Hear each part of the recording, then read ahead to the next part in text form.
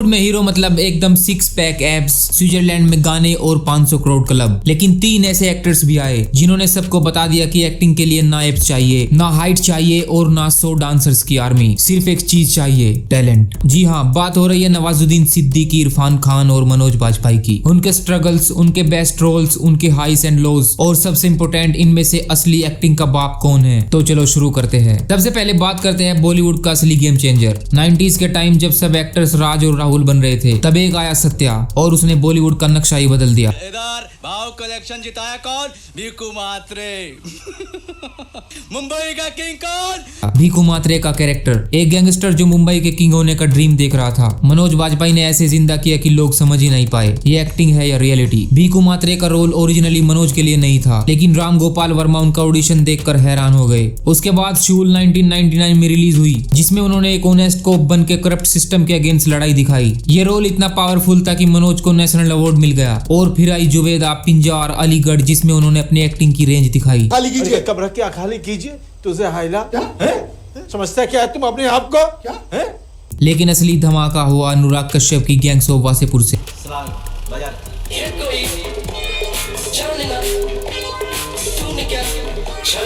इस फिल्म में उनका सरदार खान का कैरेक्टर, भाई इस परफॉर्मेंस के बारे में मैं कुछ नहीं बोलूंगा, क्योंकि जब तक बॉलीवुड रहेगा ये कैरेक्टर जिंदा रहेगा। सरदार खान नाम है हमारा, बता दीजिएगा सबको। बट पिक्चर अभी बाकी है। इसके बाद आया फैमिली मैन, जिसमें उनका कैरेक्टर पब्लिक को इतना पसंद आया कि मनोज सडनली घर घर का नाम बन गए।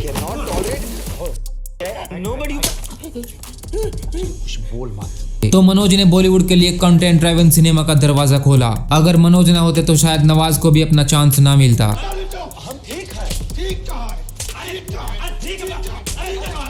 अब आते हैं एक ऐसे एक्टर पर जो एक्टिंग को ले गए एक इंटरनेशनल लेवल तक, इरफान खान। स्ट्रगल उनका भी लंबा था। नेशनल स्कूल ऑफ ड्रामा से निकले थे, लेकिन सालों तक सिर्फ उन्हें छोटे रोल्स मिले। फिर आई हासिल और रणविजय सिंह का वो कैरेक्टर मुझे आज भी याद है। Relaxed body language, subtle tone shift, जो उनका सिग्नेचर बन गया। इस मेमोरेबल परफॉर्मेंस ने उन्हें मेन स्ट्रीम सिनेमा में स्टेब्लिश किया।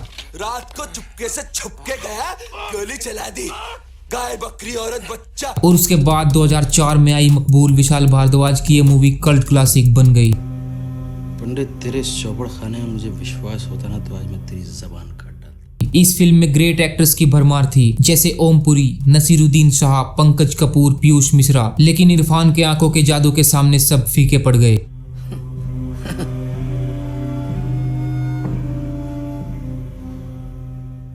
इंसान के अंदर के वो कॉम्प्लेक्स इमोशंस और इंटरनल कॉन्फ्लिक्ट्स को जैसे इरफान ने फेशियल एक्सप्रेशंस और आंखों से बयां किया था, वो सिनेमा लवर्स कभी नहीं भूलेंगे। फिर आई पान सिंह तोमर, एक सोल्जर से बागी बनने की कहानी। इरफान ने ऐसे रियल गर्दी करी कि नेशनल अवार्ड तो बस फॉर्मेलिटी हो गई। हमारे मानो तेरे का बिगाड़ो, जो तुम बंदूक के बढ़ते मारो।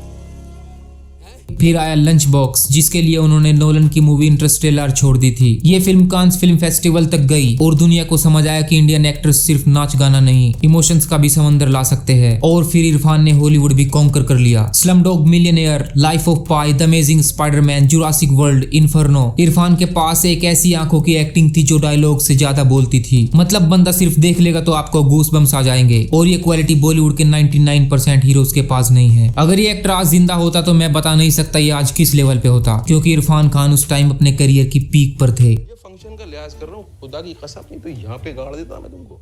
अब बारी है आम आदमी के सुपरस्टार की, नवाजुद्दीन सिद्दीकी। मुन्ना भाई और सरफरोश में उनका रोल इतना छोटा था कि लोग उन्हें नोटिस ही नहीं कर पाए। 10 साल के स्ट्रगल के बाद फिल्म आई पीपली लाइव, जिसमें उन्हें सबने नोटिस किया। और न्यूयॉर्क में छोटा लेकिन असरदार रोल। फिर कहानी में इंस्पेक्टर खान बनकर सबका ध्यान खींचा। लेकिन असली धमाका भी बाकी था, फैसल खान। गैंग्स ऑफ वासेपुर में उनका डायलॉग, बाप का, दादा का, भाई का, सबका बदला लेगा रे तेरा फैसल।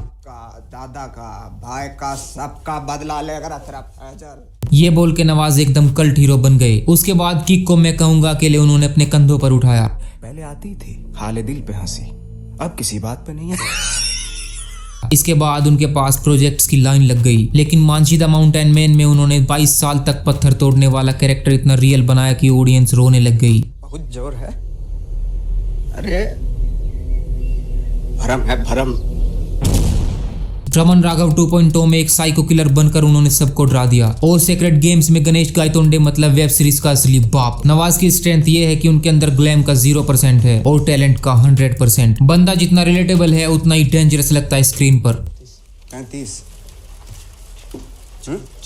24 भोसड़ी के आज ही पैदा हुए हैं। तो अब सवाल इनमें से बड़ा एक्टर कौन? तो मैं कहूंगा एक्टर तीनों ही बवाल है। लेकिन बस एक्टर वो नहीं होता जिसका बस एक जोन होता है। एक्टर वो होता है जिसके अंदर वर्सटैलिटी ज्यादा हो। अगर आपको रेंज और वर्सटैलिटी देखनी है तो इरफान खान अनबीटेबल है। वो एक सोल्जर का कैरेक्टर भी प्ले कर सकते हैं, एक फादर का भी, एक गैंगस्टर भी और एक रोमांटिक हीरो भी। तो भाई लोग कमेंट में बताओ कि तुम्हारे अकॉर्डिंग ज्यादा बेहतर एक्टर कौन है। तुम लोग इतने डफर हो कि क्रिकेट जिसका तुमने इजाद किया हम उसमें तुम्हारी पैंट उतार लेते हैं। बोलो